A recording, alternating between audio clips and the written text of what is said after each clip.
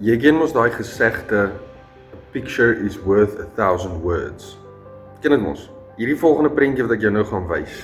Ek dink ek moet daai ding op 'n T-shirt print, want dit verduidelik so baie. Kyk gou hierna.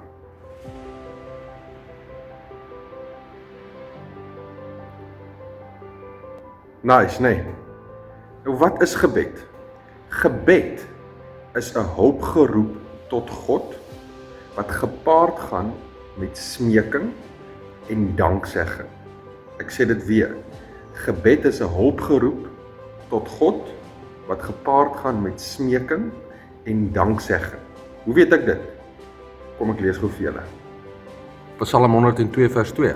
O Here, hoor my gebed en laat my hulpgeroep tot by U kom. Psalm 61.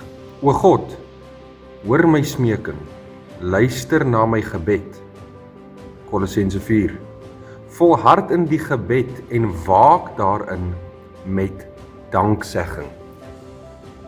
So jy sien, dis 'n hulpgeroep tot God wat gepaard gaan met smeking en danksegging. Dit is belangrik om hierdie te weet as jy wil connect met die Heilige Gees, as jy wil connect met God, volhard in die gebed, wanneer dit goed gaan en wanneer dit sleg gaan.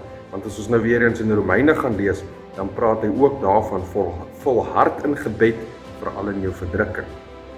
Ek hoop julle het 'n lieflike dag.